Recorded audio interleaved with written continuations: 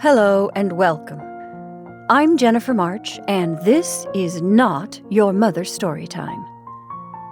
This week, we bring you Drink and Death from Winesburg, Ohio, by Sherwood Anderson. Not the most cheerful topics. I've received feedback from my listeners that these stories are very grim.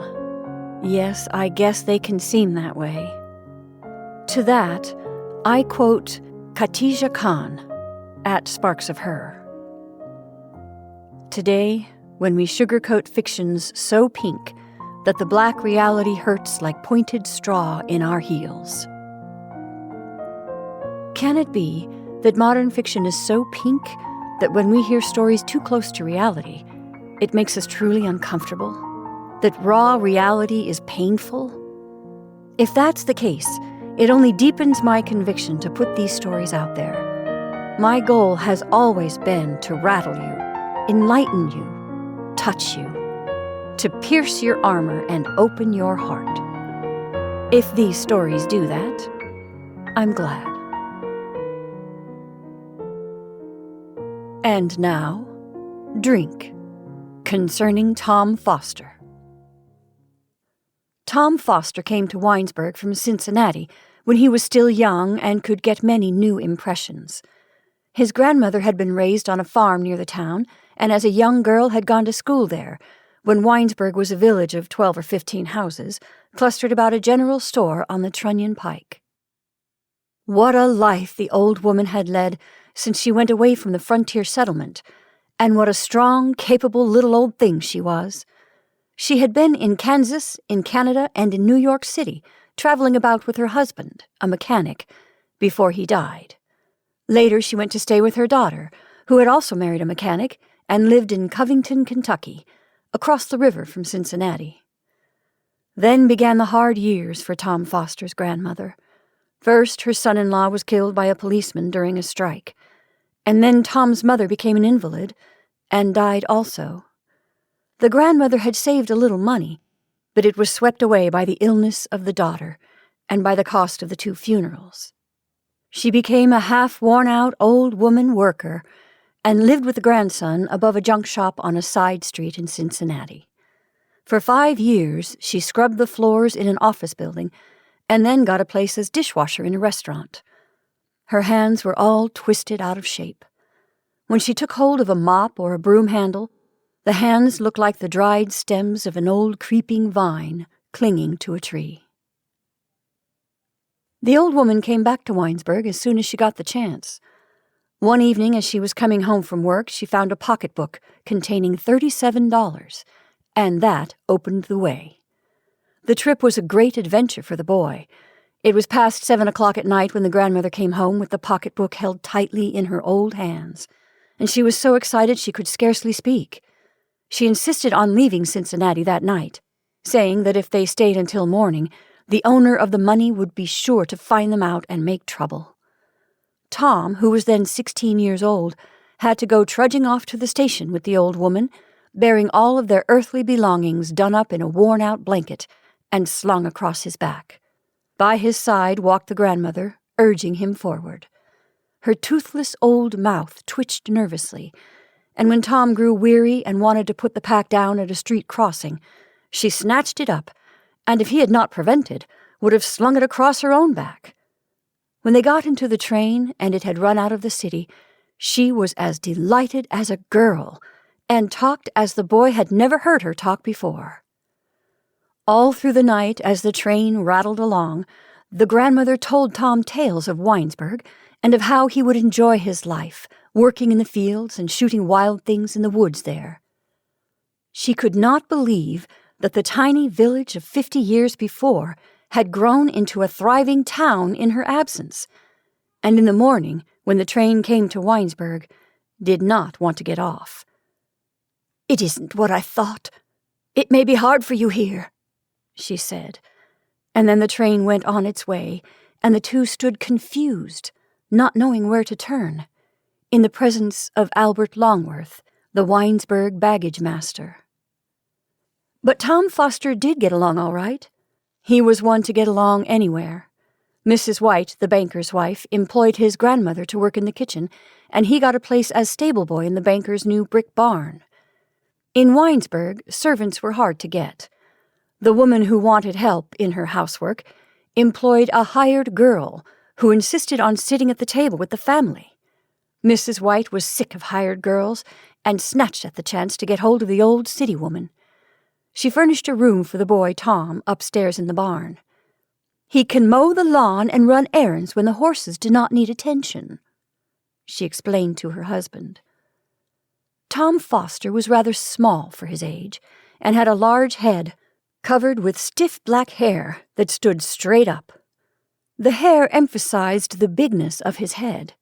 His voice was the softest thing imaginable, and he was himself so gentle and quiet that he slipped into the life of the town without attracting the least bit of attention. One could not help wondering where Tom Foster got his gentleness. In Cincinnati, he had lived in a neighborhood where gangs of tough boys prowled through the streets, and all through his early informative years, he ran about with tough boys. For a while, he was a messenger for a telegraph company and delivered messages in a neighborhood sprinkled with houses of prostitution. The women in the houses knew and loved Tom Foster, and the tough boys in the gangs loved him also. He never asserted himself. That was one thing that helped him escape. In an odd way, he stood in the shadow of the wall of life, was meant to stand in the shadow. He saw the men and women in the houses of lust, sensed their casual and horrible love affairs, saw boys fighting, and listened to their tales of thieving and drunkenness, unmoved and strangely unaffected. Once, Tom did steal. That was while he was still living in the city. The grandmother was ill at the time, and he himself was out of work. There was nothing to eat in the house, and so he went into a harness shop on a side street and stole $1.75 out of the cash drawer. The harness shop was run by an old man with a long mustache. He saw the boy lurking about and thought nothing of it. When he went out into the street to talk to a teamster, Tom opened the cash drawer and, taking the money, walked away. Later, he was caught, and his grandmother settled the matter by offering to come twice a week for a month and scrub the shop. The boy was ashamed, but he was rather glad, too. "It is all right to be ashamed, and makes me understand new things," he said to his grandmother, who didn't know what the boy was talking about, but loved him so much that it didn't matter whether she understood or not. For a year, Tom Foster lived in the banker's stable, and then lost his place there. He didn't take very good care of the horses, and he was a constant source of irritation to the banker's wife. She told him to mow the lawn, and he forgot. Then she sent him to the store or the post office, and he did not come back, but joined a group of men and boys and spent the whole afternoon with them, standing about, listening, and occasionally, when addressed, saying a few words. As in the city, in the houses of prostitution, and with the rowdy boys running through the streets at night, so in Winesburg, among its citizens, he had always the power to be a part of, and yet distinctly apart from the life about him. After Tom lost his place at Banker White's, he did not live with his grandmother, although often in the evening she came to visit him. He rented a room at the rear of a little frame building belonging to old Rufus Whiting. The building was on Duane Street, just off Main Street, and had been used for years as a law office by the old man, who had become too feeble and forgetful for the practice of his profession, but did not realize his inefficiency. He liked Tom, and let him have the room for $1 a month. In the late afternoon, when the lawyer had gone home, the boy had the place to himself, and spent hours lying on the floor by the stove, and thinking of things. In the evening, the grandmother came and sat in the lawyer's chair to smoke a pipe, while Tom remained silent, as he always did in the presence of everyone.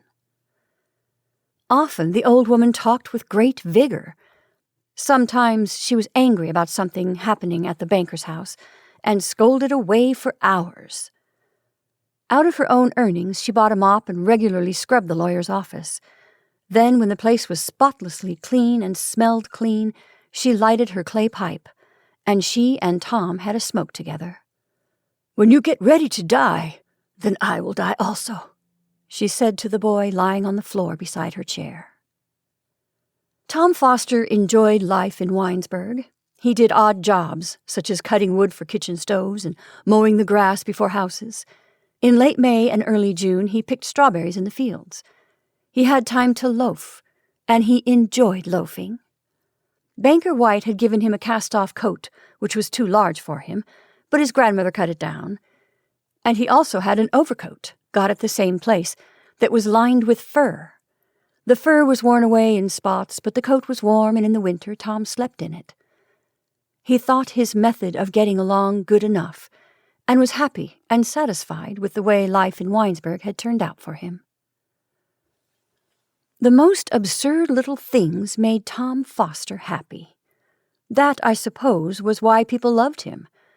In Hearn's grocery, they would be roasting coffee on Friday afternoon, preparatory to the Saturday rush of trade, and the rich odor invaded Lower Main Street.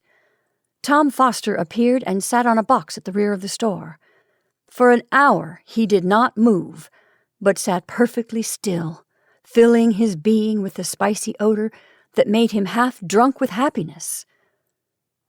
"I like it," he said gently. "It makes me think of things far away, places and things like that." One night, Tom Foster got drunk. That came about in a curious way. He never had been drunk before, and indeed in all his life had never taken a drink of anything intoxicating. But he felt he needed to be drunk that one time, and so went and did it.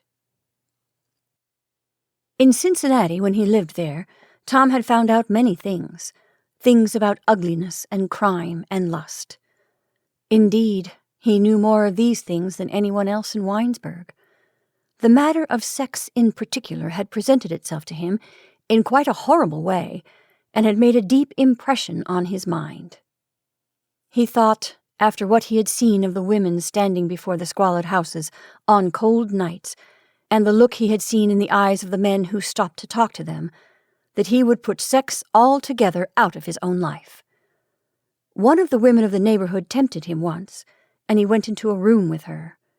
He never forgot the smell of the room, nor the greedy look that came into the eyes of the woman. It sickened him, and in a very terrible way left a scar on his soul. He had always before thought of women as quite innocent things, much like his grandmother. But after that one experience in the room, he dismissed women from his mind. So gentle was his nature that he could not hate anything, and not being able to understand, he decided to forget. And Tom did forget, until he came to Winesburg. After he had lived there for 2 years, something began to stir in him. On all sides he saw youth making love, and he was himself a youth. Before he knew what had happened, he was in love also. He fell in love with Helen White, daughter of the man for whom he had worked, and found himself thinking of her at night. That was a problem for Tom, and he settled it in his own way.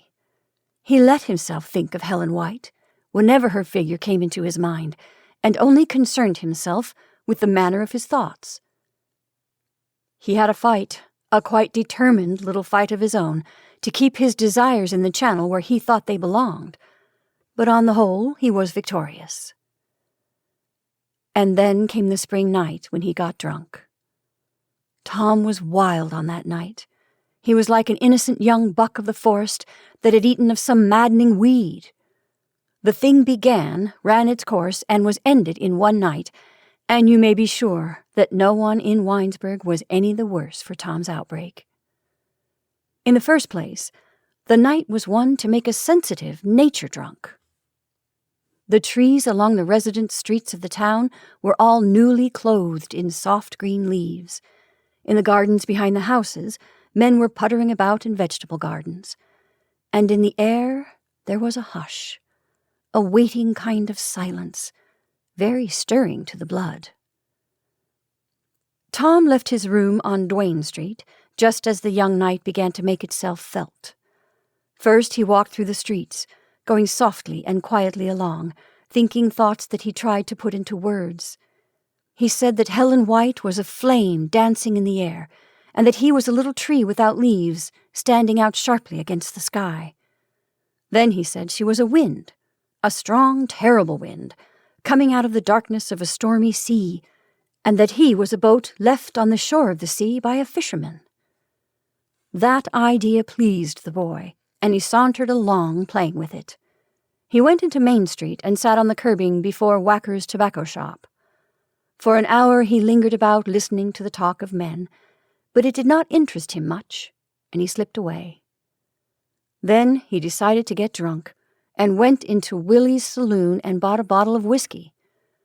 Putting the bottle into his pocket, he walked out of town, wanting to be alone, to think more thoughts, and to drink the whiskey. Tom got drunk, sitting on a bank of new grass beside the road about a mile north of town. Before him was a white road, and at his back an apple orchard in full bloom. He took a drink out of the bottle, and then lay down on the grass. He thought of mornings in Winesburg, and of how the stones in the gravel driveway of Banker White's house were wet with dew and glistened in the morning light. He thought of the nights in the barn when it rained, and he lay awake hearing the drumming of the raindrops and smelling the warm smell of horses and of hay.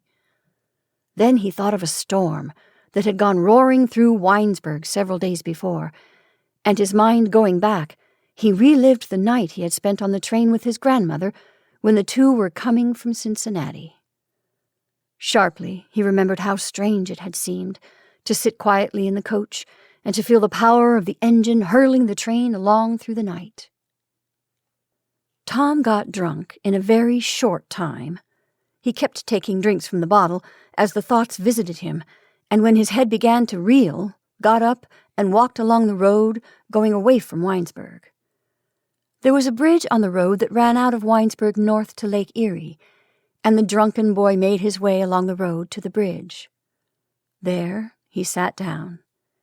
He tried to drink again, but when he had taken the cork out of the bottle, he became ill and put it quickly back. His head was rocking back and forth, so he sat on the stone approach to the bridge and sighed. His head seemed to be flying about like a pinwheel, and then projecting itself off into space, and his arms and legs flopped helplessly about. At 11 o'clock, Tom got back into town. George Willard found him wandering about and took him into the Eagle print shop. Then he became afraid that the drunk boy would make a mess on the floor and helped him into the alleyway. The reporter was confused by Tom Foster. The drunken boy talked of Helen White and said he had been with her on the shore of a sea and had made love to her. George had seen Helen White walking in the street with her father during the evening and decided that Tom was out of his head. A sentiment concerning Helen White that lurked in his own heart flamed up, and he became angry. "Now you quit that," he said. "I won't let Helen White's name be dragged into this. I won't let that happen." He began shaking Tom's shoulder, trying to make him understand. "You quit it," he said again. For 3 hours the two young men, thus strangely thrown together, stayed in the print shop. When he had a little recovered, George took Tom for a walk.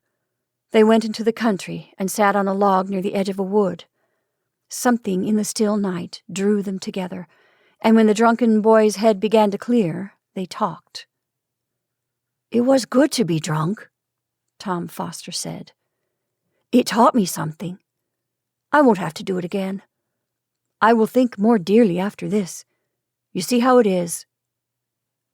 George Willard did not see, but his anger concerning Helen White passed, and he felt drawn toward the pale, shaken boy as he had never before been drawn toward anyone. With motherly solicitude, he insisted that Tom get to his feet and walk about. Again they went back to the print shop and sat in silence in the darkness.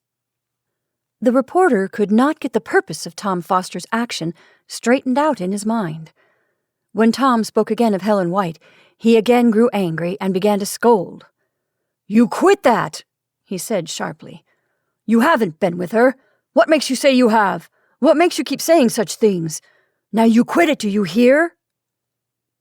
Tom was hurt. He couldn't quarrel with George Willard because he was incapable of quarreling, so he got up to go away.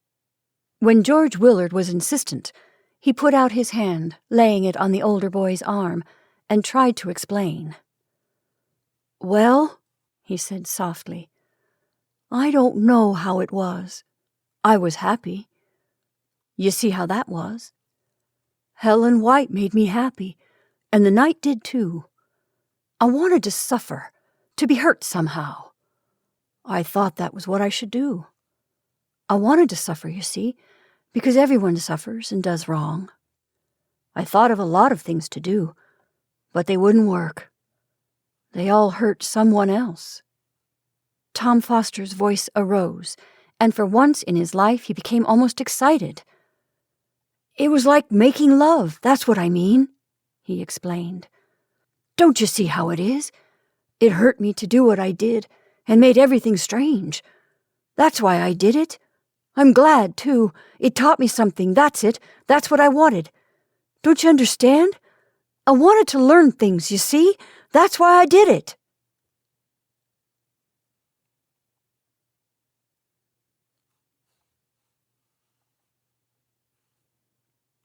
And now, Death.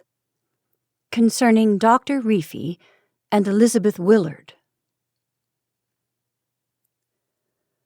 The stairway leading up to Dr. Reefy's office, in Hefner Block above the Paris dry goods store, was but dimly lighted. At the head of the stairway hung a lamp with a dirty chimney that was fastened by a bracket to the wall. The lamp had a tin reflector, brown with rust and covered with dust. The people who went up the stairway followed with their feet the feet of many who had gone before.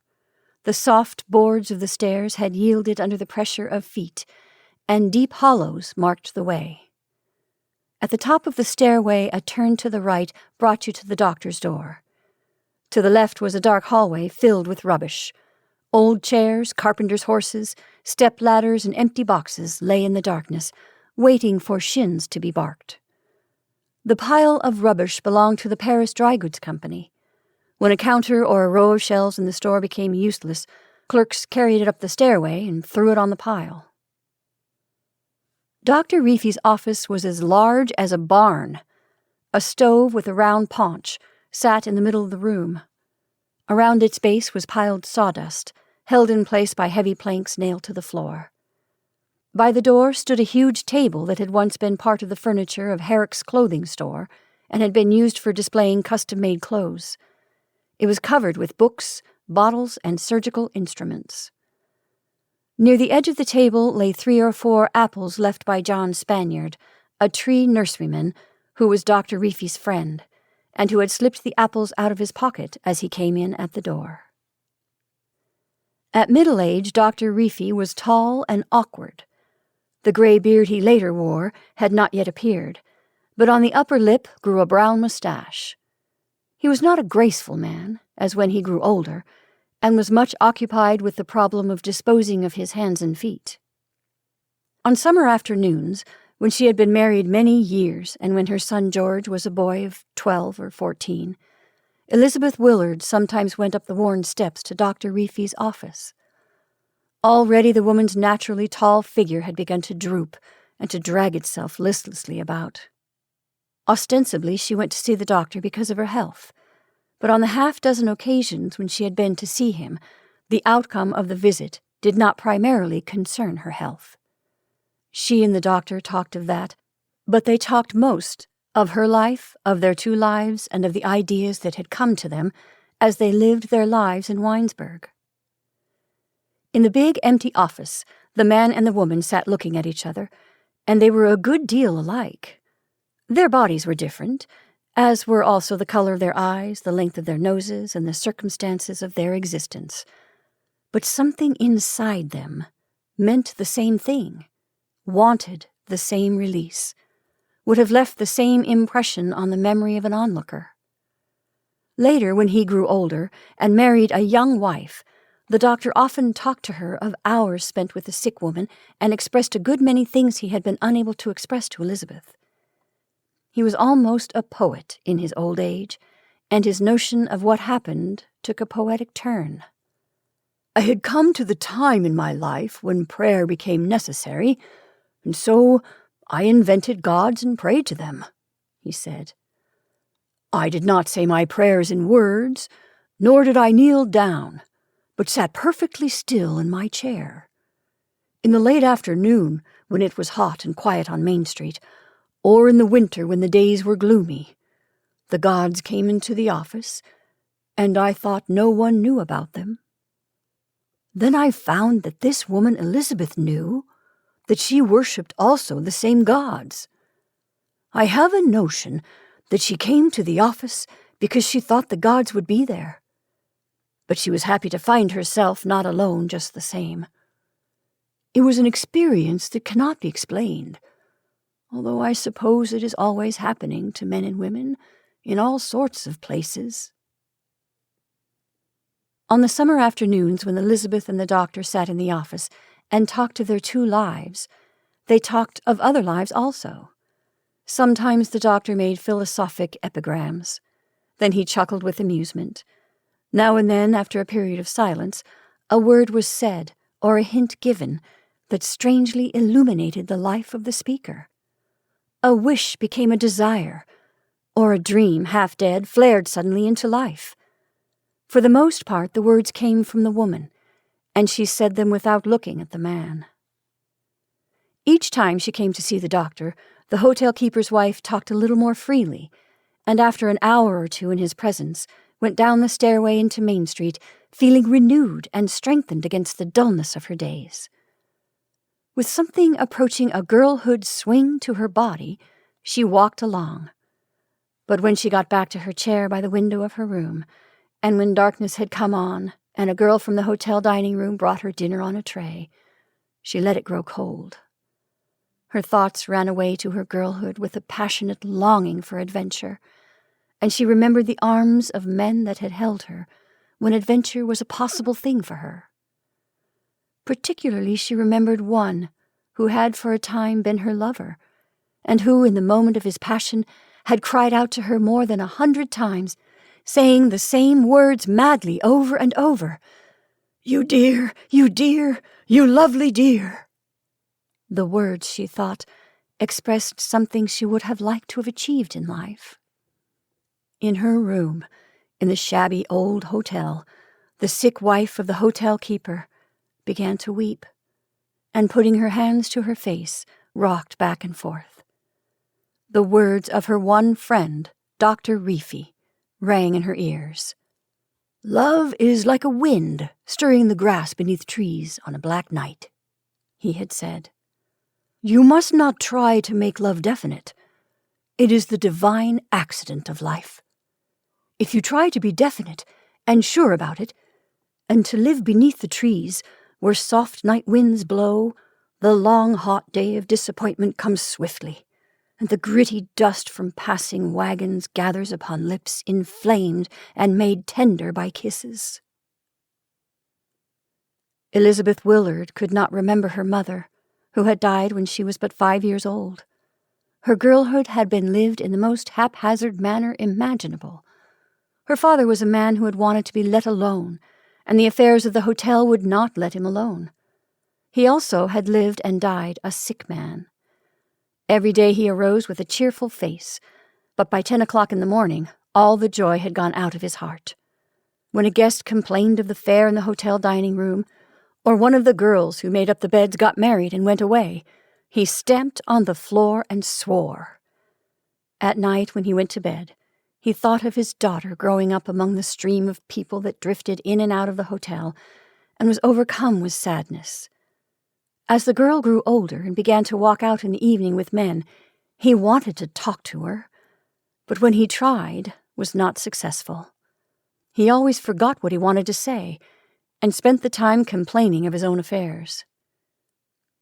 In her girlhood and young womanhood, Elizabeth had tried to be a real adventurer in life. At 18, life had so gripped her that she was no longer a virgin, But although she had a half-dozen lovers before she married Tom Willard, she had never entered upon an adventure prompted by desire alone. Like all the women in the world, she wanted a real lover. Always there was something she sought blindly, passionately, some hidden wonder in life. The tall, beautiful girl with the swinging stride who had walked under the trees with men was forever putting out her hand into the darkness and trying to get hold of some other hand. In all the babble of words that fell from the lips of the men with whom she had ventured, she was trying to find what would be for her the true word. Elizabeth had married Tom Willard, a clerk in her father's hotel, because he was at hand and wanted to marry at the time when the determination to marry came to her. For a while, like most young girls, she thought marriage would change the face of life. If there was in her mind a doubt of the outcome of the marriage with Tom, she brushed it aside. Her father was ill and near death at the time, and she was perplexed because of the meaningless outcome of an affair in which she had just been involved. Other girls of her age in Winesburg were marrying men she had always known, grocery clerks or young farmers. In the evening when they walked in Main Street with their husbands, and when she passed they smiled happily. She began to think that the fact of marriage might be full of some hidden significance. Young wives with whom she talked spoke softly and shyly. "It changes things to have a man of your own," they said. On the evening before her marriage, the perplexed girl had a talk with her father. Later she wondered if the hours alone with the sick man had not led to her decision to marry. The father talked of his life, and advised the daughter to avoid being led into another such muddle. He abused Tom Willard, and that led Elizabeth to come to the clerk's defense.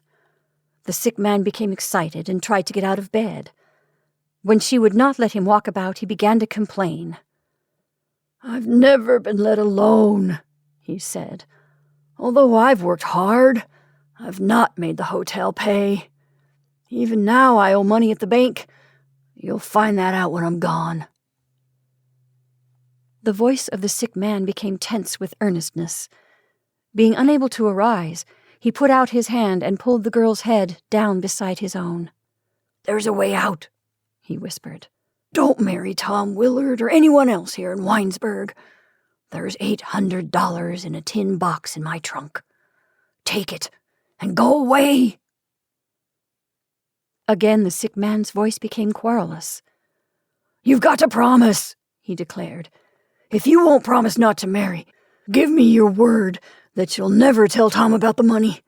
It is mine, and if I give it to you, I've the right to make that demand. Hide it away. It is to make up to you for my failure as a father. Sometime it may prove to be a door, a great open door to you.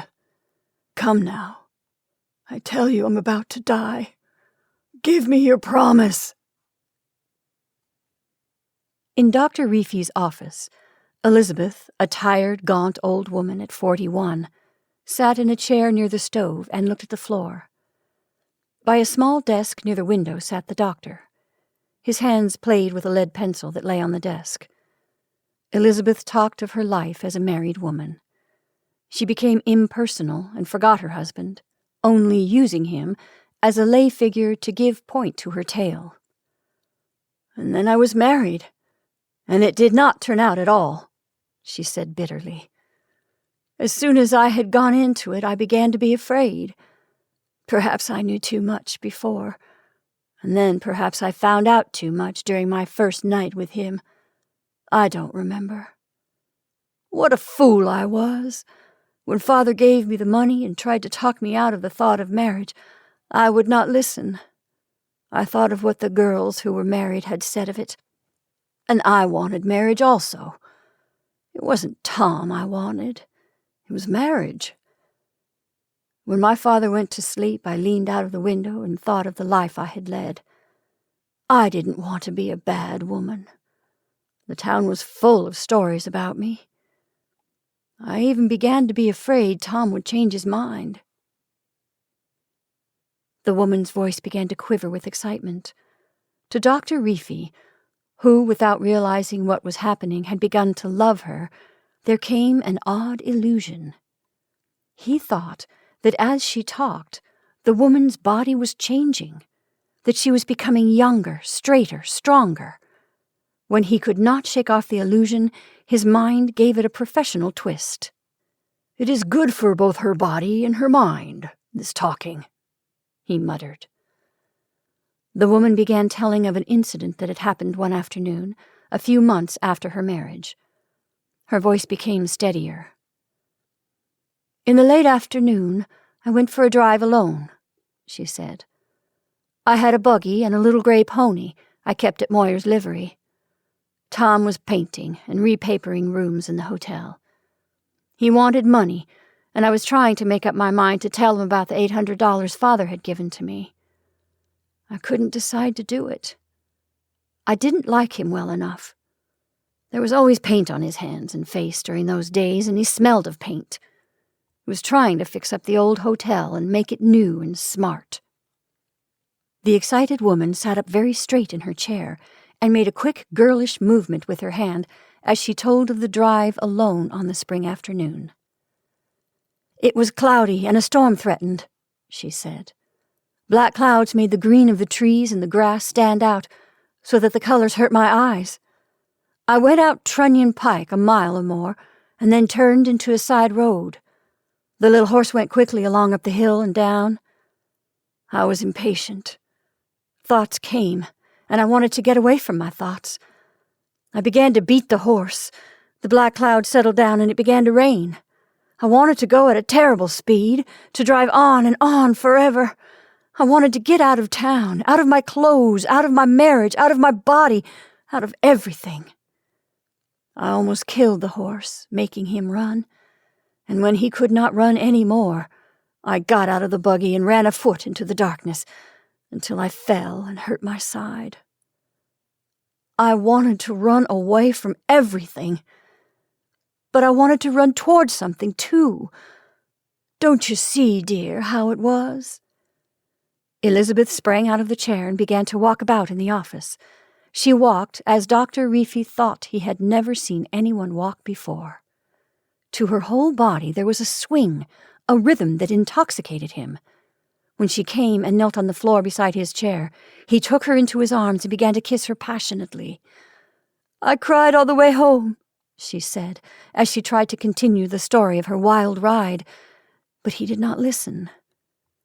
"You dear, you lovely dear, oh, you lovely dear," he muttered, and thought he held in his arms not the tired-out woman of 41, but a lovely and innocent girl who had been able by some miracle to project herself out of the husk of the body of the tired old woman. Dr. Reefy did not see the woman he held in his arms again until after her death. On the summer afternoon in the office, when he was on the point of becoming her lover, a half-grotesque little incident brought his love-making quickly to an end. As the man and woman held each other tightly, heavy feet came tramping up the office stairs. The two sprang to their feet and stood listening and trembling. The noise on the stairs was made by a clerk from the Paris Dry Goods Company. With a loud bang, he threw an empty box on the pile of rubbish in the hallway, and then went heavily down the stairs. Elizabeth followed him almost immediately. The thing that had come to life in her as she talked to her one friend died suddenly. She was hysterical, as was also Dr. Reefy, and did not want to continue the talk. Along the street she went, with the blood still singing in her body. But when she turned out of Main Street and saw ahead the lights of the new Willard house, she began to tremble, and her knees shook, so that for a moment she thought she would fall in the street. The sick woman spent the last few months of her life hungering for death. Along the road of death she went, seeking, hungering. She personified the figure of death, and made him now a strong black-haired youth running over hills, now a stern, quiet man marked and scarred by the business of living.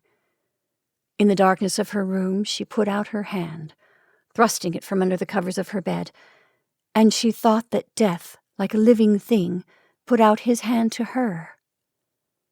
"Be patient, lover," she whispered. "Keep yourself young and beautiful, and be patient." On the evening when disease laid its heavy hand upon her and defeated her plans for telling her son George of the $800 hidden away, she got out of bed and crept half across the room, pleading with death for another hour of life. "Wait, dear. The boy, the boy, the boy," she pleaded, as she tried with all of her strength to fight off the arms of the lover she had wanted so earnestly. Elizabeth died one day in March, in the year when her son George became 18, and the young man had but little sense of the meaning of her death. Only time could give him that. For a month he had seen her lying white and still and speechless in her bed, and then one afternoon the doctor stopped him in the hallway and said a few words. The young man went into his own room and closed the door. He had a queer, empty feeling in the region of his stomach. For a moment he sat staring at the floor, and then jumping up went for a walk. Along the station platform he went, and around through resident streets past the high school building, thinking almost entirely of his own affairs. The notion of death could not get hold of him, and he was, in fact, a little annoyed that his mother had died on that day. He had just received a note from Helen White, the daughter of the town banker, in answer to one from him. "Tonight I could have gone to see her. Now it will have to be put off," he thought half angrily. Elizabeth died on a Friday afternoon at 3:00. It had been cold and rainy in the morning, but in the afternoon the sun came out. Before she died, she lay paralyzed for 6 days, unable to speak or move, and with only her mind and her eyes alive. For 3 of the 6 days she struggled, thinking of her boy, trying to say some few words in regard to his future, and in her eyes there was an appeal so touching that all who saw it kept the memory of the dying woman in their minds for years. Even Tom Willard, who had always half resented his wife, forgot his resentment, and the tears ran out of his eyes and lodged in his mustache. The mustache had begun to turn gray, and Tom colored it with dye. There was oil in the preparation he used for the purpose, and the tears, catching in the mustache and being brushed away by his hand, formed a fine, mist-like vapor. In his grief, Tom Willard's face looked like the face of a little dog that had been out a long time in bitter weather. George came home along Main Street at dark on the day of his mother's death, and after going to his own room to brush his hair and clothes, went along the hallway and into the room where the body lay. There was a candle on the dressing table by the door, and Dr. Reefy sat in a chair by the bed. The doctor arose and started to go out. He put out his hand as though to greet the younger man, and then awkwardly drew it back again. The air of the room was heavy with the presence of the 2 self-conscious human beings, and the man hurried away. The dead woman's son sat down in a chair and looked at the floor. He again thought of his own affairs, and definitely decided he would make a change in his life, that he would leave Winesburg. "I will go to some city. Perhaps I can get a job on some newspaper," he thought. And then his mind turned to the girl with whom he was to have spent the evening, and again he was half angry at the turn of events that had prevented his going to her. In the dimly lighted room with the dead woman, the young man began to have thoughts. His mind played with thoughts of life as his mother's mind had played with the thought of death. He closed his eyes and imagined that the red young lips of Helen White touched his own lips. His body trembled and his hands shook. And then something happened. The boy sprang to his feet and stood stiffly. He looked at the figure of the dead woman under the sheets, and shame for his thoughts swept over him, so that he began to weep. A new notion came into his mind, and he turned and looked guiltily about, as though afraid he would be observed. George Willard became possessed of a madness to lift the sheet from the body of his mother and look at her face. The thought that had come into his mind gripped him terribly. He became convinced that not his mother but someone else lay in the bed before him. The conviction was so real that it was almost unbearable. The body under the sheets was long, and in death looked young and graceful. To the boy, held by some strange fancy, it was unspeakably lovely. The feeling that the body before him was alive, that in another moment a lovely woman would spring out of the bed and comfort him, became so overpowering that he could not bear the suspense. Again and again he put out his hand. Once he touched and half lifted the white sheet that covered her, but his courage failed, and he, like Dr. Reefy, turned and went out of the room. In the hallway outside the door he stopped and trembled, so that he had to put a hand against the wall to support himself. "That's not my mother. That's not my mother in there," he whispered to himself, and again his body shook with fright and uncertainty. When Aunt Elizabeth Swift, who had come to watch over the body, came out of an adjoining room, he put his hand into hers and began to sob, shaking his head from side to side, half blind with grief. "My mother is dead," he said, and then, forgetting the woman, he turned and stared at the door through which he had just come. The dear, oh, the lovely dear," the boy, urged by some impulse outside himself, muttered aloud. As for the $800 the dead woman had kept hidden so long, and that was to give George Willard his start in the city, it lay in the tin box behind the plaster by the foot of his mother's bed. Elizabeth had put it there a week after her marriage, breaking the plaster away with a stick. Then she got one of the workmen her husband was at the time employing about the hotel to mend the wall. "I jammed the corner of the bed against it," she had explained to her husband, unable at the moment to give up her dream of release. The release that, after all, came to her but twice in her life, in the moments when her lovers, Death and Dr. Reefy, held her in their arms.